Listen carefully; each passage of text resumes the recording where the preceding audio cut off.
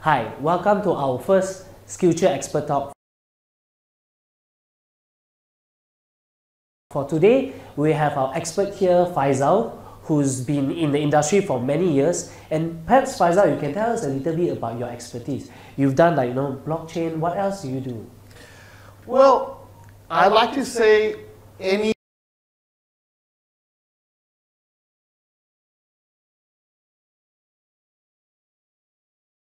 tech on God's green earth, but that would be a little boastful. Generally, any new technology that comes out, I like to deal with it, and whether it be big data, artificial intelligence, machine learning, blockchain, I do like to get my feet wet. So because I've been involved in it for quite some time since my childhood, so I take a keen interest on anything at the edge of technology, and I like to train myself continuously. So I guess that's what brings me here. I see. When you mentioned about childhood, how young were you when you start dabbling with technology? Well, about 3 decades ago, when I was about 10 years old, that's when I got my first computer.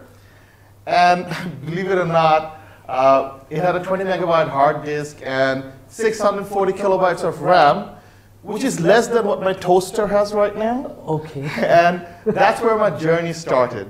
I see, I see. Most kids that start at a very young age tends to be, more or less of a genius if they start young. Like kids like Elon Musk, they start at a really young age. Do you also read a lot of books when you were younger?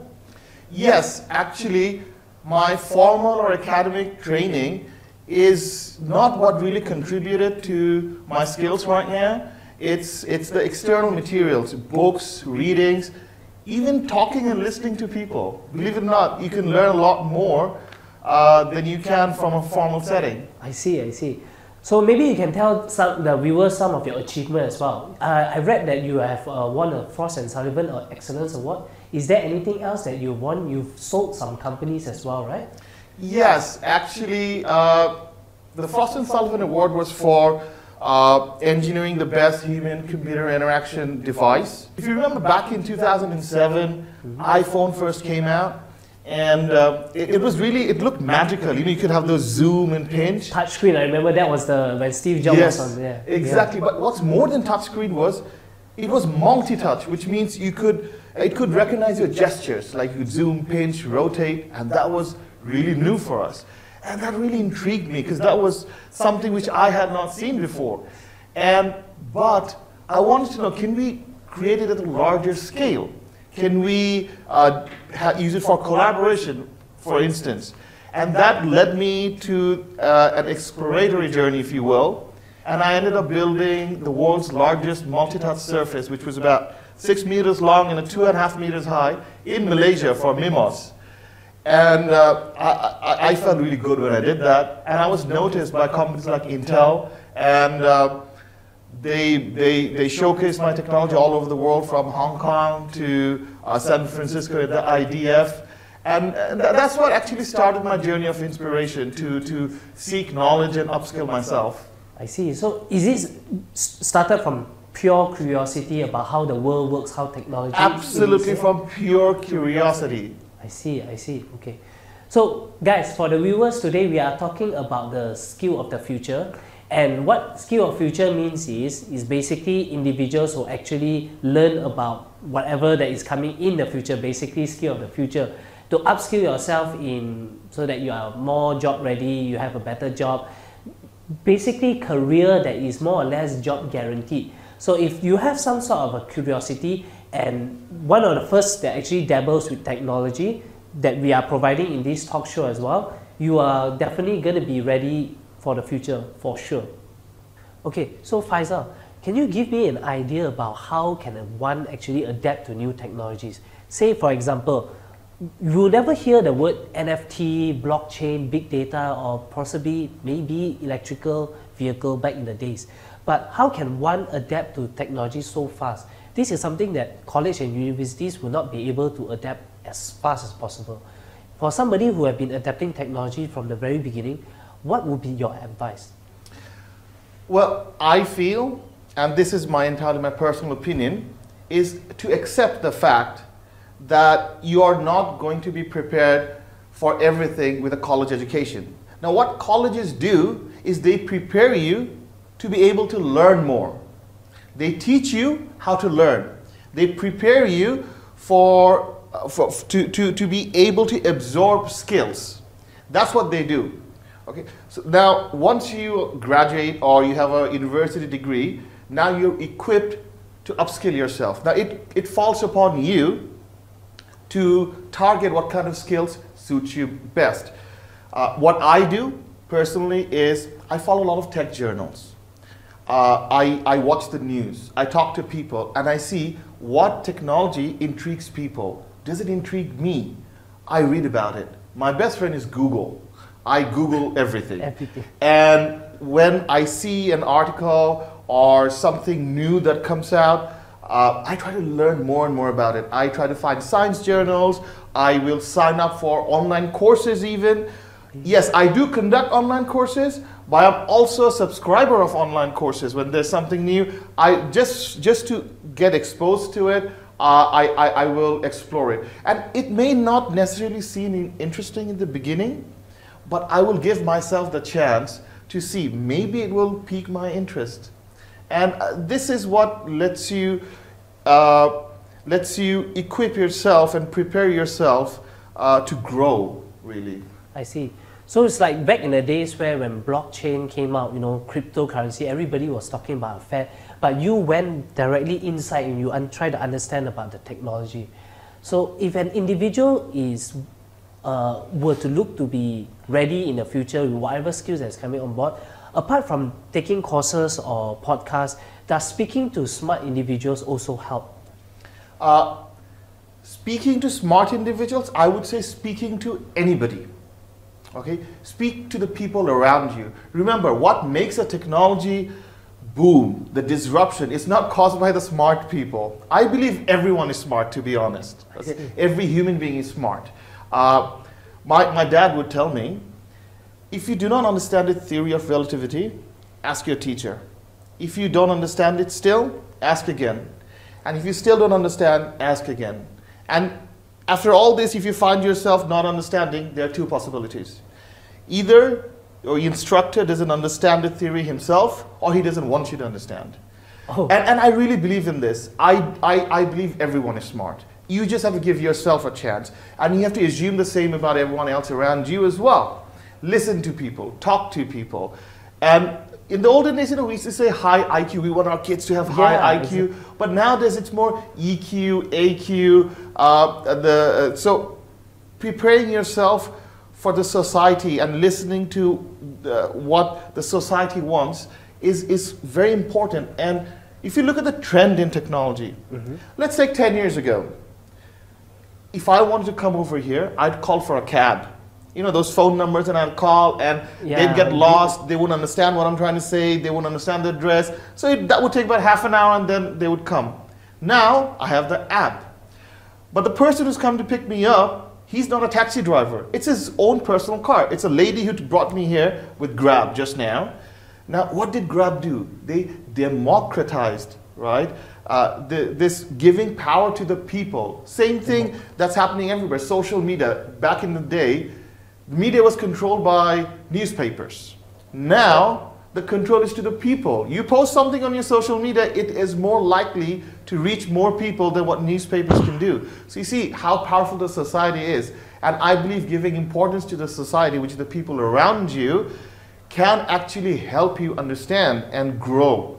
I see. So in that regards, right, in education per se, if an education also lies in the power with content creators such as yourself that actually educates people, the power lies within an individual, whether they want to learn new skills, new technology. It really depends on an individual if they want to reach out and get that knowledge.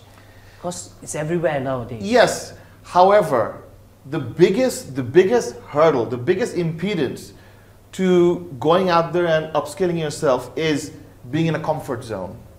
If you fall in a comfort zone, I'm not saying don't be satisfied with your job. Be satisfied, but always have that thirst. If you get in a comfort zone, you will stop growing. Which is why you see people who come from a slightly a hardship background tend to prosper more. The ones with the chip on the shoulder, perhaps, right? Yes, I mean generally globally you see the highest, the most prosperous groups are usually the immigrant groups because they don't have a support structure. So so they have to go that extra mile. They don't get into that comfort zone. So I think it's true for pretty much everyone. Even Google, founded by immigrants, right? Yeah. Even you mentioned Elon Musk. Yeah, Elon He's Musk. from South Africa. So there seems to be a trend in this. So do not fall into the comfort zone. I see, I see. So always be vigilant, always learn about new technologies, always trying to upskill yourself. I think that's the best skill an individual will have, because you actually have a mindset of adaptability. Regardless whatever that actually comes your way, you can adapt really fast. I think one of the issues that most people have is they start asking questions like, I don't know what I'm going to do. I don't know what skills I should do in order for me to get the job I want. What is your take on this? One thing that I have noticed, more than people being confused about what career path or what skill paths to take, are the coaches around them. Now, I have conducted a lot of training, and if you notice, if you look at the trainings I conduct, I prefer to conduct a lot of training with organizations like Peopleology. One reason is because, and this is a fact actually, the reason is a lot of training institutions or coaching institutions, they make you very rigid. You can only say this because this is what we want to sell. Okay. But they don't give you the freedom to customize depending on the need of the individual, which actually Peopleology lets me do. They actually say that, you know what, on the fly, if you want to change your delivery depending on what the user, which is the learners need, go ahead. Go ahead and do that as long as they come out better skilled and happier. So the reason, to answer your question, when an individual asks or is confused as to what paths should I take, is because the path that they see are very rigidly set, or rather how it is presented is very rigid. But everything is not black and white. So I think it's up to us who are skilled coaches or career coaches to be flexible and present this flexibility. I mean, look at, you mentioned NFT. Yes. NFT is a technology, but you see artists are prospering so much with this technology. Now, if in the beginning you told the artist, no, you need to be a techie, an artist cannot do it, we wouldn't see this boom in NFT. So I think a lot falls on the coaches as well. And things change pretty fast. You can't be rigid to a sort of syllabus to follow day in, day out. Because like Facebook, everything just changed. Like if any of you guys are digital marketers, you guys know how painful it is with the iOS 14. When they changed, they completely scrapped everything that we know. And Google as well, they are doing, Google Analytics 4. Things have just changed. As and when technology changes, individuals have to change as well. Yeah. And I have noticed in many cases where, again, to get back to the comfort zone factor, if you feel that you've become really good, you stop right there. You're comfortable, you're earning a decent living, but that is the death of growth. Know that technology is going to surpass you. It's your job to make sure you stay at par. I see. Now let's talk about the skill tree. Skill tree is about our unique design that actually puts a pathway that you can learn different skills in order for you to be job ready in the future. And unlike any other platform out there, skill tree is highly adaptable. It goes with the trend. Any new technology that has been discovered, we will actually add it into the skill tree. Now, how does this actually work for the users? It's actually a blueprint that you can follow, and then when you follow this skill tree, you become more knowledgeable in a certain skills that has a branch off of many others. Like for example, Faysal, an NFT, somebody who wants to dabble in NFT isn't just only about the NFT technology themselves. They need to know certain software to actually create the design. They need to know third parties, platform in order to sell the design. So this entire range of skills fall under one main skill objective, such as NFT itself. What are your thoughts about many different kinds of technology that falls under one skill, say big data or data science together? What are all the things like tools that you need to learn? Okay, since you brought up big data, I feel if someone wants to choose a career path in big data, the first most important thing to do is know about data itself. What is data? How many kinds of data are there? What constitutes data? What's the difference between data and information? So understanding it, maybe working with data a little bit, what is structured data, unstructured data, really helps. Then you will actually know what it is that you're dealing with. Then comes the option. Do you want to go hardcore in tech, or do you want to be more of the business side of things? The business side of things, the dealing with the business logic of it. And whichever you choose, big data is a part of everything now. Data is everywhere. Yeah. And a lot of the times what I tell students is that get to know about data, see what background you come from. If you come from an Excel background, that's great. If you enjoy things like that, you can start performing small analytical steps with reports and then move on from there. And if you see programming is something you like, then you could take up programming languages like Python and Java. Having some SQL knowledge also helps a lot. And if you really want to go into data engineering, that's when you would want to go and take up technologies like Hadoop, Spark, maybe get a Cloudera certification. But if you want to go more into data science as a whole, it does help to have some mathematical background. Now, I'm not talking about becoming a math guru or math genius. Believe it or not, for data science, high school math is more than enough if you just believe in yourself and take the time to upskill yourself. I think that's the hardest part when most people think about education. It's hard to learn something new. Say, for example, if somebody who's been, in the design background or in the business side of things, is it hard for somebody with that background that they've learned from many years from university or the current practitioner to reskill and upskill themselves in the sense of data science, for example, which they have totally no clue about, they have no coding experience? What's your take on that? First thing is, you have to see what piques your interest. Does something like coding attract you? Try it out. Basic mathematics, and more importantly, faith in yourself, and the willingness to learn is more than enough. Some of the best, in fact, I'm just trying to think of a really good programmer who was actually trained formally through academics, and I can't think of anyone. In fact, even if you look at some of the biggest techies, they usually drop out, yes, right? Yes. Or did not study computing. Mark Zuckerberg. Yeah, in fact, before smartphones, the mobile internet was something called WAP, Wireless Application Protocol, and used something called WML, Wireless Markup Languages, to write small apps for the phone. And one of the key founders was a medical doctor, and he was not interested in medicine. He studied it because his parents wanted him to. He became a doctor, but what really intrigued him, what really piqued his interest was technology, and he was one of the founding developers of that technology. So no matter what kind of background you come from, try it out and see, does this interest you? I see.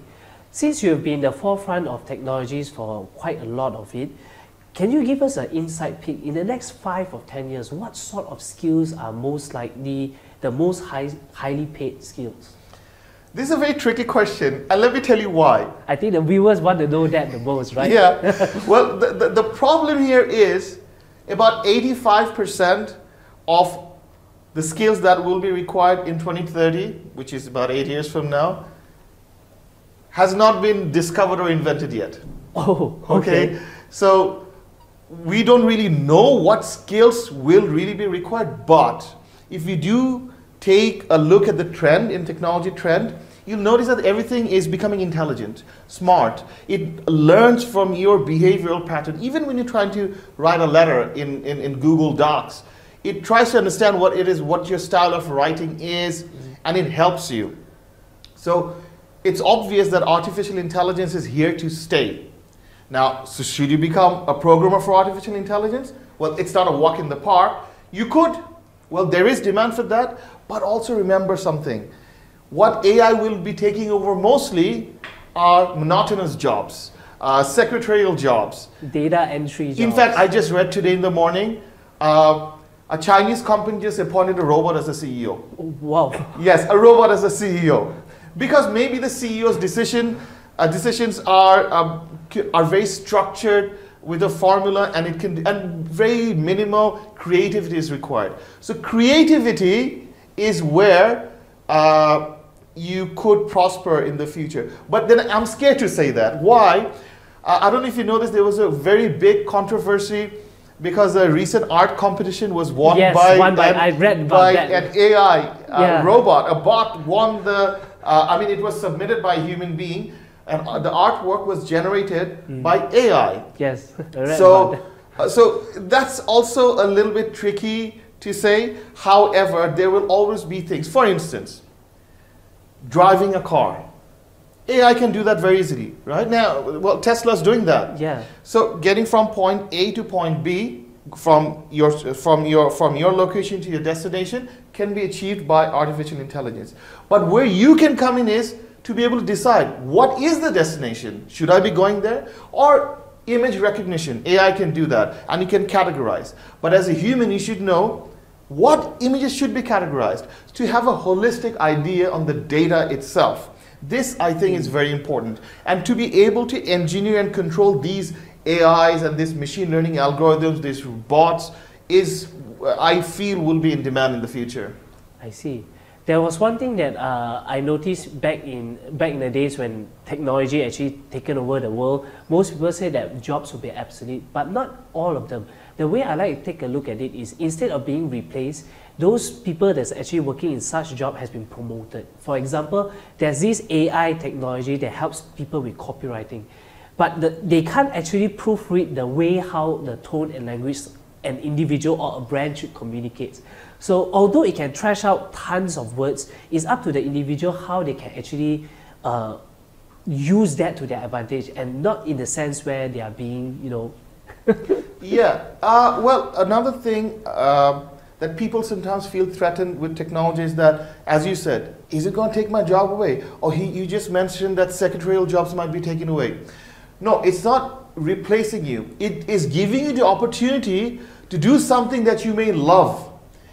To do something that might help you grow. Do something that may help you identify yourself and your passion better. And the menial jobs will be taken over by bots and AIs and all the machines. So it's not here, it's not a threat, it's not here to take over the world. It's here to help you not control the world, but control the direction in which you want to take your career path. I see. Speaking about career path in tech, there's a, probably an understanding or a notion from the public that says that tech careers are the best paid careers. Would you agree or disagree with that? And why do you think that is happening nowadays? Well, I don't think I'm an expert to be able to answer that accurately, but I'll just tell you what I've observed. The best CEOs in the world are all engineers, okay? Not business grads. I mean, there are business grads, but I've noticed those who come from a science background generally tend to be really good in business as well. And talking about pay scales, eventually those who are in the tech, if they move up to a decision-making managerial post. So you may start with tech, whatever kind of engineering it is, but you take up a supervisory role, a management role, a decision-making role. Yes, your background in tech does help, but keep this in mind. Mm-hmm. The cybersecurity minister of Japan never used a computer. Okay, he never used a computer, and he is the cybersecurity minister of one of the most advanced countries in the world. So how does he do it? He's not a techie. I'm sure his pay is a lot more than yours or mine, but he knows how to control, how to manage people, how to lead a team. He knows who to assign what job to, and they haven't been hacked yet. I can give you countless examples of technology that was in control of techies and they got hacked. So tech jobs, do they pay more? Maybe as a starting, yes it does, but it's the leadership skills eventually that generally pays more from what I've seen. I see. Okay. So generally just speaking, if an individual wants to actually learn something new, maybe reskill themselves or upskill themselves into the tech side of things, how long do an average individual with maybe a bit on average IQ and learning speed, how long would they take for them to be a practitioner in something like big data or data science or maybe in cybersecurity? Based on your experience, how long do you generally do since you've coached quite a number of people? Okay. First of all, try to understand one thing. Tech and non-tech, the distinction between the two is disappearing. It's disappearing very quickly. It's very hard to see any non-techie not being an absolute non-techie. This Japan example was unique. Even I was shocked when I read that. But everyone is in tech. Everyone knows how to use their devices. And they're using a powerful computer in their hands all the time. And they're doing amazing things. So this line is disappearing. So what it's doing is it's making us more accustomed to using technology. So it's a little bit faster than it would have been 10 years ago. So let's take big data. Let's say a university grad from whatever background he comes from. And he takes some time to understand what is data. And while working, okay, this is while you're working, you take some time to understand the tools necessary for using data. From what I've observed is a year's perseverance, a year's dedication generally equips you with enough knowledge and skills to be able to know what you need to learn more, or how or where you can apply. So that could be a starting.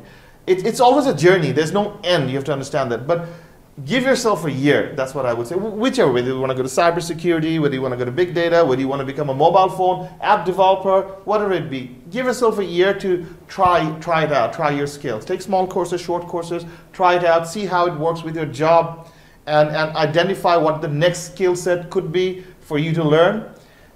Within a year, from what I've seen, really generally prepares you to choose a career path. Okay, so if with that said, right, it's really scary for somebody who never actually started using these tools. Say in the field of data science, there's, you mentioned like SQL, Python, Excel, many other different tools there is. And there's some like Power BI for data visualization. It can be a bit daunting or scary for somebody to actually venture into something like that. So in your opinion, is it important to learn all the tools that is available? No. Pick the tool that piques your interest the most. I do not know much people who have not used Microsoft Office or Open Office or some kind of an office tool and has at least a minimal amount of exposure to spreadsheet-like systems like either Google Sheets or Microsoft Excel. So if you feel a little bit comfortable, try to dig a little deeper. Do a short, small course and see what more you can do. And taking baby steps, one step in front of another, will help you manage your fear. At least it did work in my case. I see. Okay, so this is to address some of the people that have been asking us the question about millennial, entitlement. The question is, what we've received is, does mastering one course enables them to negotiate for a higher pay? Okay. You have to differentiate something over here. Mastering a course and mastering a skill are not the same thing. I see. Mastering a course means you can take the tests, you'll ace in the tests of the course, and you'll know everything that happens in the course, and you understand everything in the course. But that does not necessarily mean you have mastered the skill. Mastering the skill, if you ask me what skills I've mastered, I'd probably say eating. Oh, okay. And that's where I will stop. And sleeping maybe, because everything is a process. Everything is a journey. It's always you're learning. The moment you feel that I have mastered that, that's when arrogance seeps in. I see. Now, to see whether you can negotiate, you should also not undermine yourself. You should know what you know, and see where you can place yourself at the organization where you're negotiating. But having said that, I'll give you a small example. This was in the newspapers where a WhatsApp screenshot was sent. So it went on like this. an applicant was messaging a potential employer and said, hi, I'm not quoting it exactly, but as far as I can remember, he inquired, what is the salary? That was the first question. May I know what the salary is? To that, the employer responded, or rather the potential employer responded, may I have your portfolio? I mean, your salary would depend on how much you can contribute, right? So may I have your portfolio? And to this, the applicant replied, I'm a fresh grad. Oh. I have no portfolio, but I have done my FYP, and I got 92%. And then he writes, that is very good. Mm. And this potential employer writes, sorry, what's an FYP? and this applicant responds by saying, it's final year project. You have not been to university? Oh, I think I said something like that. Now the employer feels probably a bit offended, yeah. but in the nicest of words, at least I feel, inquires, I'm sorry, where did you get my phone number from? Where did you get my WhatsApp contact from? To which the applicant responds, can you just tell me what the salary is? I need to see whether you give flexi hours or whether this job is okay for me or not. I see. Now that you are either overselling yourself or it was a joke. So you cannot negotiate without letting the employer know what it is that you can offer. I see. Be clear in what you can offer. Maybe you have a lot of skill, but it might not be the best fit for that organization. I mean, you might be able to fly a supersonic jet, but that guy just needs a lorry driver to deliver the goods, okay? So that skill may not, so you cannot say, I need $100,000 a month because I can fly supersonic jets. So you need to be clear about what skill sets or what skill sets you can acquire or what you can do to contribute. And the employer also needs to be very clear on what is required or what it is that they're looking for. You will never find a 100% match. I have helped interview and place many talents. Mm-hmm. And never ever have I been able to find someone who fits the job description 100%. And when I applied for jobs, I could not find a job opening which could cater to 100% of my requirement of satisfaction. So you have to find the intersection in the Venn diagram and grow from there. I see. Okay. So guys, what Faysal mentioned about is a key problem that is happening in the market now. Hence why SKILLSTURE actually brought up the skill tree. Maybe let's take a look at the big data skill tree, right? So in the big data skill trees, there's a number of skills that actually contributes for you to be more or less capable to become a data scientist. Mm-hmm. In the bucket, there's like, buzzwords here and there that there isn't anybody that actually visualize it properly. So if this big data skill tree, when we take a look at it, do you think it's enough for you to be a data scientist? And if organization that says like, okay, this is the syllabus of big data skill tree, and they never change, they don't adapt to new technology, it will render it irrelevant. Absolutely. In fact, if you train yourself somewhere, whether it be college or whether it be an online course, and you find yourself using whatever you've learned without learning anything new in addition to that and using it a year later, there's something wrong. The job that you're doing is not at par with the global tech trend. So those who are offering courses, however the courses are designed, always needs to be revised. Periodically, they have to be revised. Otherwise, you're really harming the learners. I see. But in the sense that having some sort of pathway will also serve the learners like some sort of a blueprint or guide on what they need to study in order for them to be, job ready in the position that they are applying for. So it's just a fine line between having a structure as well as adding new elements into it as and when the technology advances. Yes, and this adding new elements must be done from two fronts. One is the trainer or the training provider. Or the institution that is organizing the training delivery, they need to care for the pupils, they need to care for the trainees, and they need to update it and upgrade it. Many times they don't upgrade it because they can't find the instructors, and the instructors are they know something, and the reason they don't want to learn something new is because It's they new think to that, them, yeah. no, I'm going to become a student then, so I'm not going to be an expert in that, and I'm going to be new to that. I see. So I cannot call myself a master in that. So they feel threatened. A complex develops. This is one of the worst things that can happen in the training industry. At the same time, the trainees, when they learn something, if they feel that, oh, I've learned it, that's it, I know it. Maybe for a while. And then they go ask for a higher pay sometimes. Yeah, so unless you try to apply and experiment what you've found out and upskill yourself, your skill will not really be sellable, or not to the extent that you would like it to be. I see. So continuous learning and continuous updating your skill sets based on whatever that is adapted in the market is definitely the way to go moving forward. So I have a few other questions.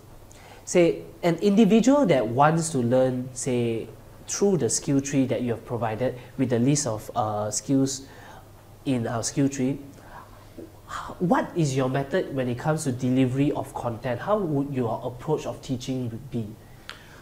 One thing I really like to do is, say a curriculum is a 10-hour curriculum, for instance, okay? I will go through the technical parts of it, but I will see, are there any interesting things that happen pertaining to this in the world? For instance, AI. There's a new CEO who's an AI bot, or the artwork that was sold, and maybe use that to learn. So I try to take real examples for two reasons. Number one, it helps the students understand, be able to relate the curriculum with real world scenarios. Also, it encourages them to do the same thing, to look to the real world. I mean, just knowing formulas is not always enough. You need to be able to visualize it and see how you can apply it. So I really encourage that. Okay. So let's just back to technologies right now, like data science, cybersecurity and all. There's a huge rise in the market, right? That is, finance going for big data, marketing is just going for big data, even businesses are going for big data. Do you see in the near future where everyone has to have like a set of skills like big data is a prerequisite? It's something like this. Let's go back 15 years. All right. Okay, and someone asks you, do you feel like everyone should be able to use a multi-touch gesture-based system, computer, to be able to access and disseminate information and be an expert in electronic communication? And if you said yes, people would get scared. But everyone is sending WhatsApp messages. Everyone is enlarging a photo. But what I just described is what they're doing. So using fancy terminologies can really scare someone. But what I feel will happen in the future is everyone will need the big data skills at some level, at some branch or the other, but it may not be as technical as you think. Things are getting easier to use. So yes, to answer your question, at somehow or the other, you will be dealing with big data, artificial intelligence, machine learning, cybersecurity, without really being too technical about it, and skills will inherently be given to you from a school level. Cybersecurity, for instance. You know what you need to do to protect your online banking, your password. But two-factor authentication. Two-factor authentication. Now, two-factor authentication, my dad is a nuclear scientist. If I told him this 10 years ago, he would stare at me as though like I'm trying to show off. What am I trying to say? but it's a norm now. Right? So you've been equipped with that knowledge. And how you were equipped is your exposure to technology, taking small trainings, without even sometimes realizing you're going for a training. These are things that prepares the world for being more, what's the word? Being more adaptive, more used to, feeling more ease with using the technology without really realizing that you're doing a lot. It's like the world was, everyone have a smartphone camera. Back then, you need to be a photographer in order for you to take pictures. Now everybody is a photographer. Yeah. The fact that TikTok is out there is now everybody is a video editor. Anybody can learn video editing as Not just that, they're earning good money. Yeah. A lot of the people are earning very good money with just without any videography skills, photography skills. In the olden days, to learn photography, you would have to know a lot about lighting, your aperture control, your exposure, and a lot of things. But now, the TikTokers are probably making more money than the old school photographers. I mean, not in all cases, but in quite a few cases. Most of the time that we've never really thought that we will have like content creators in the last 10 years. We've never known that people could create like mobile app, touchscreen application, as you mentioned, for touchscreen. Things we only seen in sci-fi movies are now a reality. And you mentioned also that technology between tech and non-tech is being blurred. The line is being blurred as time goes by. So Faysal, let's talk a little bit about technical interviews and how do you actually see that transpire from your point of view? One thing that I've noticed in a lot of technical interviews is the interviewer expects the applicant to be a walking, talking Google. Okay. That's unfair. Remember, I've been coding for more than 30 years. And if you give me a computer to code, I'll write a program for you, but I cannot remember or think of a time that I did not use context-sensitive help or Google or use Stack Overflow. This is a norm. It does not mean that you know less. So when technical interviews come, interviewers need to be aware that if you're going to see someone's expertise, don't give them a piece of paper and ask them to write a piece of code. This is not university or this is not a school examination. Give them a computer, or let them, better yet, let them use their own laptops, give them access to the internet, give them ample amount of time so that they can really show you what they can do. Check out their work. And if the interviewer is not like that, as the applicant, you should be bold enough to tell this to the interviewer that you're asking me to memorize everything. It's a wastage of time, wastage of skill to memorize every nitty-gritty things about the technical things. Google is there for that. Stack Overflow is there for that. Your friends are there, your colleagues are there for that to help you. So this needs to be understood by the interviewers to be fair to the applicants. And for the applicants, it does help if you do a little bit of research with the company that you're going for to understand what their goals might be. What you can help them with problems that they might be facing. Yes, and if it's a really big company, sometimes a lot of news articles could help. But whether it's big or small, there are certain trends of questioning, and what I would suggest is Google them. Google has a lot of information. I mean, not Google itself, but it can take you to a lot of information. So these common interview questions, try them out. Try them out with your friend. Okay, play roles just to see how you answer. That way, this nervousness is going to go down. Study the job description. Sometimes you're thinking they want something, but they may want something completely different. If you study the job description, it could help. And check out what kind of work you have prepared and how that matches with the job description. Be honest. Tell them that, I feel that I can do these parts. The other parts, I can learn on the job. And because remember, as I mentioned, I have never seen a candidate who fits exactly what the job description wants. There will always be some compromise from both sides. And also, the culture, the work culture. Try to understand the work culture. Is it a very formal setting? Is it very casual? Are they okay with it?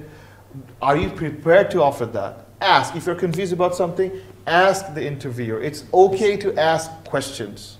It's always best to ask questions so you get clarity on what what you can offer and what they actually want to meet the exact expectation from both parties, right? Yes. Also, if it's a technical interview, don't get lost in the technical part of it. Remember, in let's say programming, say programming for big data, right. There are many ways to get the same output. There are many ways to achieve the goal.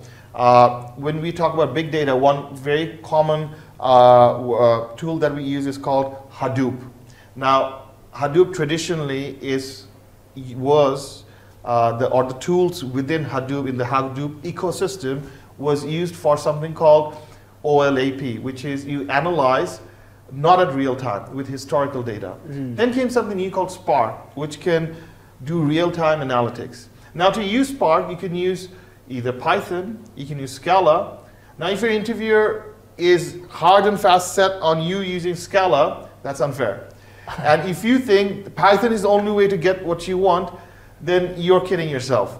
Be open-minded, don't get too lost in the technical aspects of it, but rather a holistic picture on how you can achieve what it is that you want.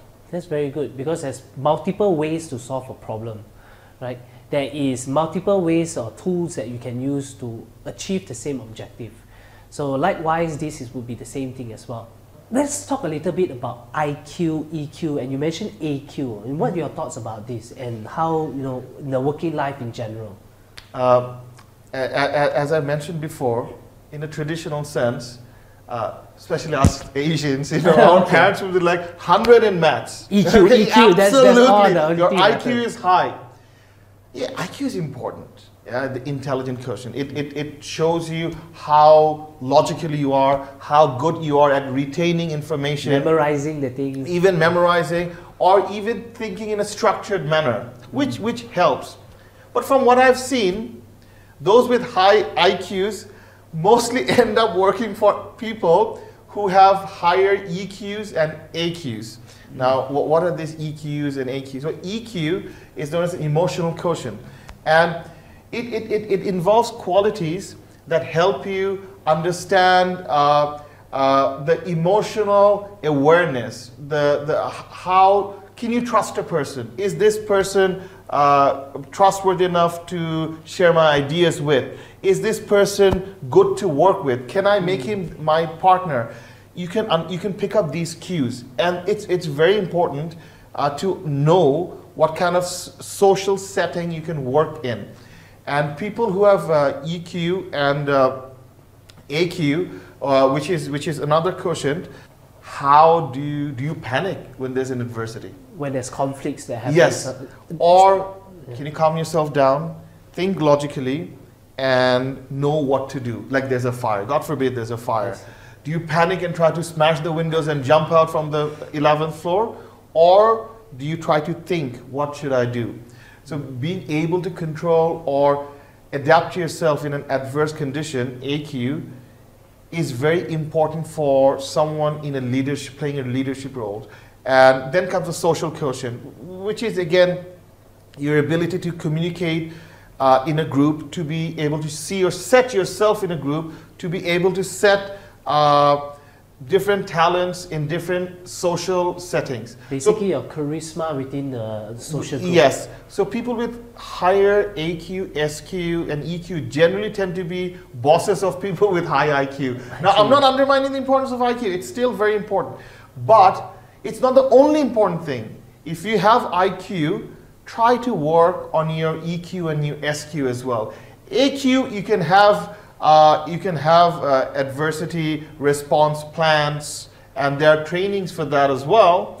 I think in the SKILLSTURE for the cybersecurity, there's something called NIST, which actually helps you deal with adversity or security breach, what to do, how to handle it, how to manage something. Yes, the framework of a process. So if you are high in IQ, I think you should still work on your SQ and your EQ. And if you are a really social person, you know how to talk to people, you know how to lead people, it won't hurt to try and work on the IQ a little bit as well. I see. So it's to be generally a great person or excelling in your career, because career plays a large part of your life. It's just being a well-rounded, good and intelligent individual to begin with. When crisis happens or when you're within the social settings, what makes people, drawn towards you would rather you be their manager instead? Because the terms they say that people leave because of managers and all the things. It plays when it comes to AQ, EQ, IQ, and the whole lot is important. So hard skill is really important, but at the same time, soft skill is also equally as important. As you mentioned that as the hierarchy goes up when they go for promotion, it is relying more on the soft skill and how you manage people as opposed to being the technical person executing it as well. Yes. So as you climb up the ladder, you'll have more skilled individuals working under you, or rather with you in your team.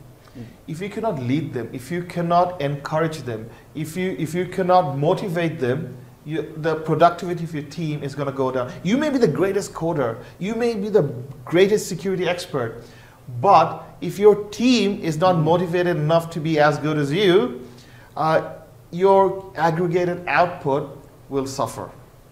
That's a really good one. Now let's talk about the highly in-demand job that's happening now or possibly in the near future. Like, there are limited number of cybersecurity experts or big data. Let's just say NFT itself, blockchain developer, it probably just got popular within the last 1 year. So there's really a lack of blockchain dev in the market. Even digital marketing nowadays is short in demand. What are your thoughts in this, and is there an opportunity for individuals to get into that space? Because when the demand is low, demand is high, the supply is low.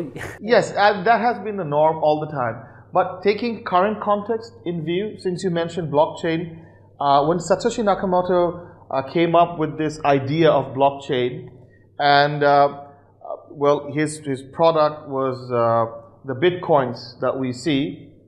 It was more than a decade ago. I wish I bought 1,000 bitcoins at that time, but I did not. But it has evolved way past that. Okay, from Satoshi Nakamoto's bitcoins, where blockchain is right now, it is being used in far more applications. Now, that means people with more varied skill set can contribute to this blockchain. But it would be advisable to at least upskill yourself a little bit on blockchain, because I feel that it is here to stay. As I mentioned, the democratization of everything, how using your own car for Uber or Grab is now a very commonplace thing, and having social media over old school traditional TV and journalism seems to be more popular. The same thing is happening to banking, like DeFi, decentralized finance, where the finance is in control of the people. Now, government are also trying to get into that, jump onto that bandwagon by something called CDBC,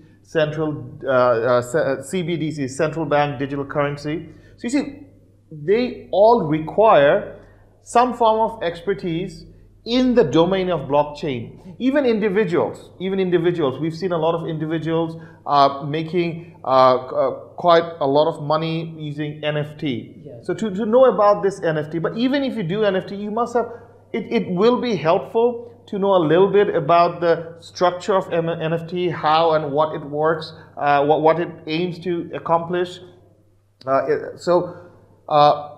Talking about skill sets, upskilling yourself in the domain of blockchain is definitely going to help. It is very unlikely to have a negative impact on your skills. That also brings us to other career options like big data. Well, everything is AI. So AI, you see, there's a trend of evolution. You start with data, you start with analysis of data, you learn about how data can be used to predict or to understand what has happened. That's where it slowly transforms into machine learning, and then then artificial intelligence comes into play with neural networks or CNN. Recently, I've been working on something called not GAN for generating artwork, stable diffusion. So it's growing. It's growing. So skilling yourself in this data path, whether it be just analytics or just learning to use the tools. For example, say you come from an Excel background, you can do a lot of analytics with Excel with the tools that Microsoft is giving now, such as Power Pivot and Power Query can also help. But also at the same time, just having a little bit of exposure to simple scripting can really help, like Python. It can't harm you. It will probably do you more good than bad. This could really help with your career path. what are your thoughts about the famous phrase, some people might say, you know, the jack of all trades, master of none, because you have to learn multiple things, right? And what are your thoughts on that? Because it seems to me that nowadays you can't just master one skill, you need to be broader. There's a huge number of things that is available. Back then you need a full broadcast crew, you know, you need a lighting guy, camera guy, you know, the actor and all. Now an individual could do it all just on TikTok, Instagram, and they can reach millions of people throughout the world. So when it comes to mobile app, back in the days when technology is, the barrier of entry is pretty high. Until some high school kid like Mark Zuckerberg create the social network with a few of his friends within school, it's something about, you don't really have to be a master of one thing, you tend to be a jack of all trades. Would you agree with that? Funny you should mention that. I can't remember exactly, but you see the full phrase? Jack of all trades and master of none. It actually doesn't end there. I said jack of all trades, master of none. Most often than not, better than a master of one. Exactly, and I completely agree with this. If you, I mean, of course, there are masters of some things, and I'm not trying to undermine their importance, but being involved in the tech field, I feel a jack of all trades, knowing just about enough of other technologies, or rather how it can work with you, will only help you prosper more. It will only help you know how what you excel in can work with other components. And so holistically, it will only grow. I think Elon Musk is famous for this as well. Is about learning the knowledge in the, you know, the tree branches before you go to the stem of the tree before you go to the branches and onto the leaves, and it actually expands to other departments. Like for example, when he first started his learning technology about payment gateway, PayPal, and from that technology he moved towards, you know, electronic vehicle, and then that knowledge will transfer towards, you know, SpaceX and rocket science and all. So having a broad spectrum of knowledge would never harm you.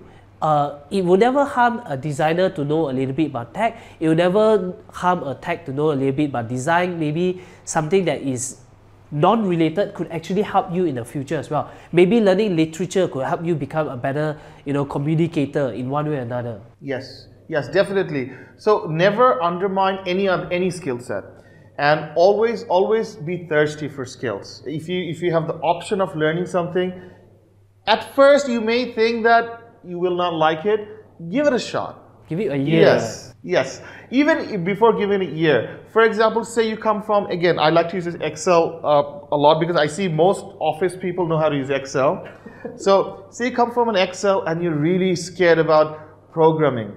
Don't be, give it a shot. See how it is. Or when you hear machine learning, mathematics, you know, maths somehow, I don't know why, but it scares a lot of people.